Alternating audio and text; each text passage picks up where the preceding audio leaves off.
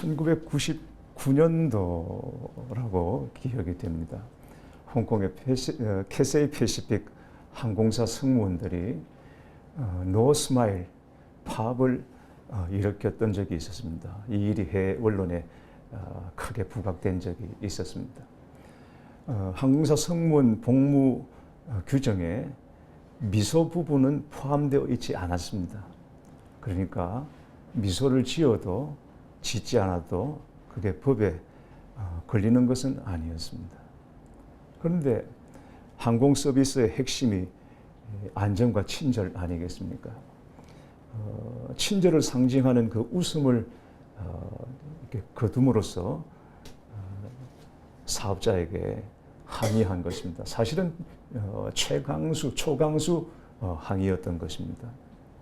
승무원들이 비행기 안에서 웃음을 거두게 되니까 아무래도 승객들이 불편해하고 어려움을 겪죠.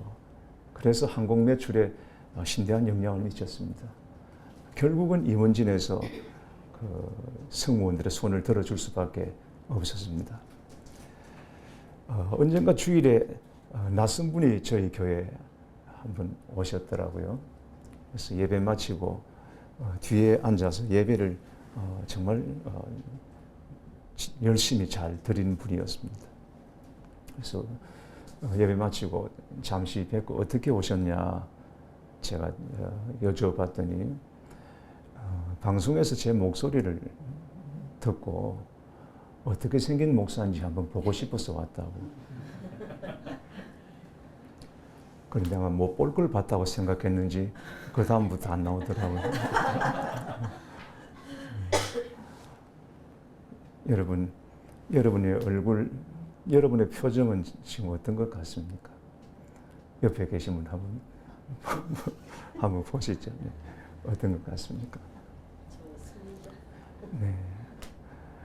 얼굴은 마음의 초상입니다. 여러분의 얼굴이 여러분이 어떤 사람인지를 말해줍니다. 오늘 우리가 본 말씀 보니까 스데반 집사의 얼굴이 천사의 얼굴과 같았다고 말합니다.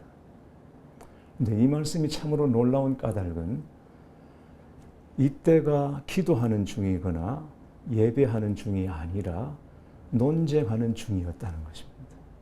말씀 보니까 9절에 어떤 자들이 일어나 스데반과 더불어 논쟁할세. 논쟁할 때 어떻게 얼굴이 천사의 얼굴 같을 수가 있겠습니까?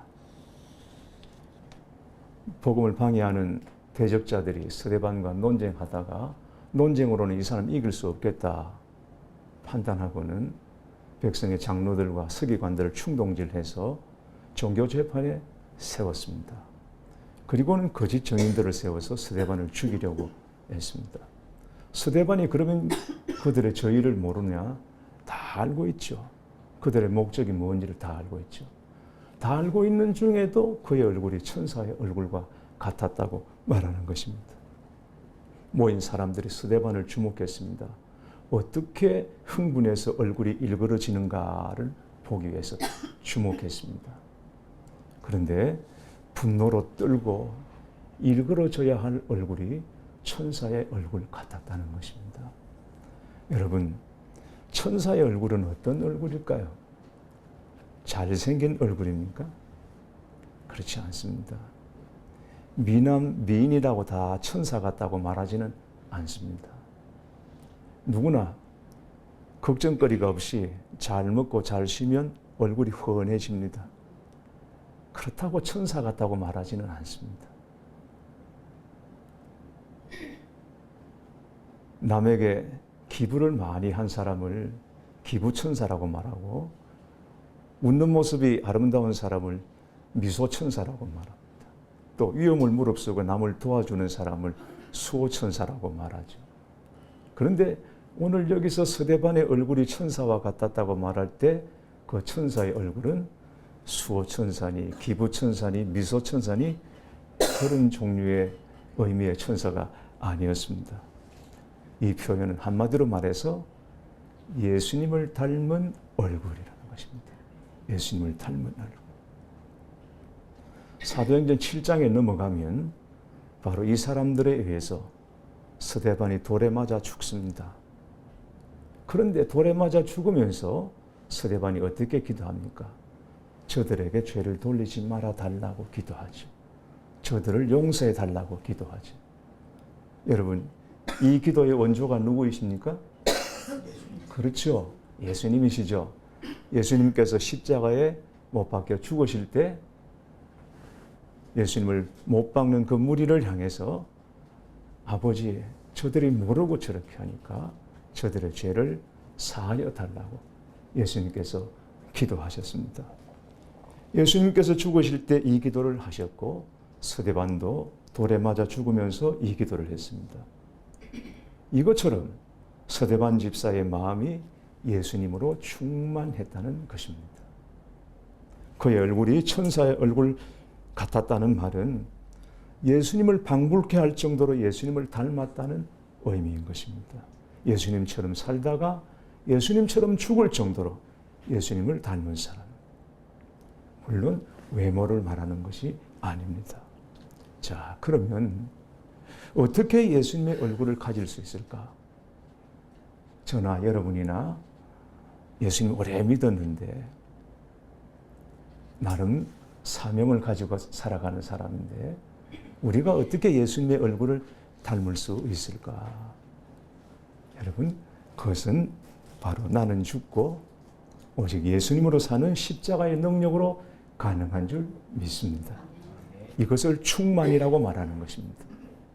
충만은 뭔가 가득 찬 상태를 말하는 것입니다. 스데반은 그렇게 예수님으로 꽉 찬 사람이었습니다. 정말 예수님으로 꽉 찬 사람은 얼굴에 드러나게 되어 있습니다. 예수님이 드러나게 되어 있습니다. 언제나 예수님 바라보고 예수님 생각하고 예수님 품고 사는 사람. 그래서 어디를 찔러도 예수가 나오게 되어 있습니다. 그걸 충만이라고 말하는 것이고 그걸 바로 예수 닮은 사람이라고 말하는 것입니다.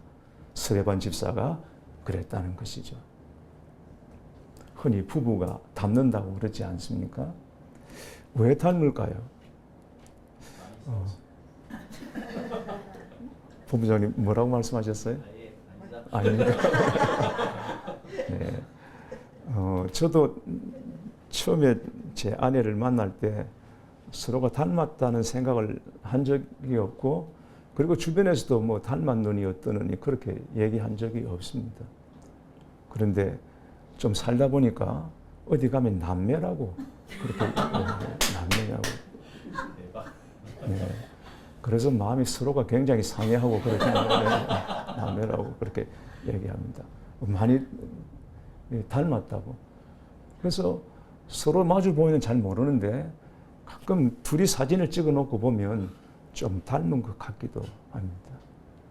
왜 닮아가는 것일까요? 부부가. 같이 사니까 그렇기도 하겠지만 사실은 같은 생각을 하고 같은 마음을 가지고 살아가다 보니까 그 얼굴에서 표정에서 이게 드러나게 되어 있습니다. 같은 사람처럼 되는 것입니다. 비슷한 사람처럼 되는 것입니다.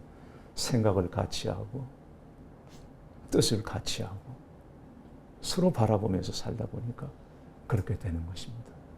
스데반 집사가 충만해서 예수님을 닮았다는 것은 물론 예수님과 얼굴이 닮았다는 것이 아니라 이분은 예수님을 방불케 하는 사람이야 라고 할 정도로 모든 것이 예수님을 닮아 있었습니다. 그걸 일컬어서 오늘 본문에는 천사 같았다라고 말하는 것이죠. 70년대 액션 히어로였던 이소룡이라는 분을 아마 여러분 아실지 모르겠습니다. 배우로서 최절정에 올랐던 33살에 세상을 떠났습니다.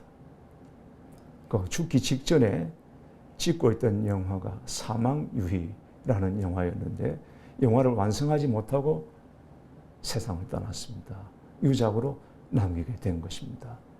영화사에서는 굉장히 안타까운 일이죠. 재정적인 손실도 있거니와 그러나 심혈을 기울여서 찍던 작품이 주인공이 사라짐으로써 그냥 다 무산될 그런 상황에 처하게 된 거죠. 어떻게 해야 되나 고민하다가 영화사 측에서 대역을 뽑기로 했습니다. 이소룡 대역을 뽑는다. 광고가 나오면서 세계 도처에서 젊은이들이 몰려왔습니다. 이소룡 대역을 해보겠다고 도처에서 몰려왔는데 거듭된 오디션을 통해서 최종 선정된 사람이 당시 24살이었던 김태정이라는 한국 청년이었습니다. 그러니까 사막 유인은 김태정의 몸을 입어서 결국은 완성이 됩니다. 지금 영화를 보면 약간 중간 부분에 얼굴이 다른 모습이 나오기는 하지만 어쨌든 이것도 이소룡 영화라고 그렇게 인정을 해주죠. 그런데 여러분, 김태정이라는 청년이 어떻게 이소룡 대역으로 선정된지 아세요? 그 당시 저도 그랬습니다. 우리 본부장님도 아마 그랬으리라고 믿습니다. 그 당시 남자들 시고 이소룡 흉내를 안 내본 사람이 아무도 없습니다. 네, 아무도 없습니다. 그런데 김태정이라는 청년은 단지 흉내를 내는 정도가 아니라 자기가 사는 하숙방의 벽에도 천정에도 온통 이소룡 브로마이드를 붙여놓고 언제나 이소룡을 바라보고 그는 주야로 이소룡을 묵상하는 사람이었어요. 거울을 보면서 얼굴 표정, 미소 짓는 모습, 틀썩 주저앉는 모습, 온갖 표정들, 모션들을 다 연습하고 그야말로 하숙방에서 온종일 이소룡을 묵상했습니다. 그리고는 철공소에 가서 쌍절곤을 만들어가지고 연습을 하는데 머리고 몸이고 온통 다 멍투성이었어요. 몸이 성하지를 않았습니다. 근데 참 희한하죠. 그랬더니 어느 날 하루는 꿈에 이소룡이 나타나더랍니다. 그리고는 이소룡이 직접 무술 지도를 꿈에 해주더랍니다. 그래서 수만 명의 경쟁자를 물리치고 세계 도처에서 한가닥 한다는 청년들을 다 물리치고 김태정이 이소룡 대역으로 선정이 되었다는 것입니다. 아마 여러분 그 정도면 얼굴도 많이 닮았겠죠. 네, 언뜻 보면 그 겹치는 부분이 잘 구분이 안 될 정도로 많이 닮았습니다. 외모도 그렇습니다. 우리가 무엇을 품고 사느냐가 굉장히 중요합니다. 마음의 원망을 품으면 감추려고 원망이 드러나게 되어 있습니다. 짜증을 품고 살면 감추려고 해도 그 얼굴에서 짜증이 나오게 되어 있습니다. 누군가를 미워해 보십시오. 미워하는 마음을 품고 살면 얼굴에 다 드러나게 되어 있습니다. 근데 반대로 사랑을 품으면 사랑이 드러나게 되어 있고 기쁨을 품고 있으면 기쁨이 그 얼굴에서 드러나게 되어 있습니다. 가룟 유다가 예수님을 팔겠다는 생각을 가졌죠. 다른 제자들도 그런 생각을 할 수도 있습니다. 예수님을 팔겠다고 배신하겠다는 생각을 가질 수 있지만 차이가 있다면 가룟 유다는 그것을 품었다는 것입니다. 계속 품었다는 것입니다. 예수님 팔 생각을 품었습니다. 결국 자기가 품은 생각대로 하고 말았습니다. 예수님을 배반하고 팔고 말았던 것입니다. 사랑하는 중보기도 사역자 여러분, 예수님께서 오늘 여러분 얼굴 좀 신경 쓰라고 말씀하십니다. 얼굴에 좀 신경을 쓰시라고. 좋은 화장품 바르시라는 얘기가 아닙니다. 얼굴이 우리의 사명이기 때문입니다. 성도의 얼굴은 성도의 사명인 것입니다. 예수님께서 마태복음 5장 14절에 너희는 세상의 빛이라 하셨습니다. 우리가 세상의 빛이라는 말씀은 우리가 어디를 가든지 사람들이 우리를 보면서 빛을 느낄 수 있어야 한다는 것이죠. 그래서 사람들이 모여 있는 가운데 우리가 가면 저 사람이 오면 분위기가 늘 환해진단 말이야. 이렇게 느낄 수 있어야 된다는 거예요. 이게 빛인 것입니다. 그냥 말로만 빛이 아니라 어두운 곳에, 우울한 곳에, 분열이 있는 곳에, 낙심이 있는 곳에 우리가 가면 이상하게 분위기가 환해지네, 이상하네 라고 느낄 수 있어야 된다는 것입니다. 그게 우리의 사명이라고, 너희는 세상의 빛이라고 주님께서 말씀하신 의미가 바로 그것입니다. 그렇다고 억지로 표정을 바꾸라는 얘기는 아닙니다. 되지도 않습니다. 진짜와 가짜는 표가 나게 되어 있습니다. 억지로 하는 것은, 가장하는 것은, 꾸미는 것은 다 드러나게 되어 있습니다. 어떻게 우리가 빛으로 살 수가 있겠는가? 예수님을 느끼게 하고 예수님을 생각나게 하고 분위기를 바꾸는 그런 사람으로 우리가 살 수 있겠습니까? 그것은 다른 것이 아닙니다. 예수 죽음을 내 죽음으로 받아들이고 예수 부활을 내 부활로 믿고 예수 생명 내 생명으로 살아갈 때 그렇게 되는 것입니다. 실제로 그렇게 되는 것입니다. 내가 예수님과 함께 죽었다. 여러분 마음속에 격정이 일어날 때, 분노가 일어날 때, 미움이 일어날 때, 두려움이 생길 때, 그때 그걸 가지고 고민하고 그렇게 할 것이 아니라 이 상황에 대하여 나는 예수님과 함께 죽었다라고 인정하는 것입니다. 그리고 예수님과 함께 내가 살았다라고 고백하는 것입니다. 그래서 예수 생명, 내 생명으로 살 때 예수 죽음, 내 죽음, 예수 부활, 내 부활 이걸 진리로 받아들이고 붙들고 살 때 그때 우리 안에 예수 닮은 얼굴이 드러나게 되어 있는 것이죠. 앞에서 봐도 예수, 뒤에서 봐도 예수, 옆에서 봐도 예수. 그것을 성경에서는 그리스도로 옷 입은 사람이라고 말합니다. 이게 성도의 삶인 것입니다. 그렇게 되면 때로 우리 상황이 아무리 힘들고 사방으로 우겨쌈을 당해도 우리의 얼굴은 천사의 얼굴이 될 수 있습니다. 여러분, 우리 믿음의 깊이가 얼굴에 다 드러납니다. 얼굴이 전도하는 것입니다. 믿는 자는 얼굴로 말합니다. 여러분의 얼굴이 천사의 얼굴이 될 수 있기를 주님의 이름으로 축복합니다. 아멘.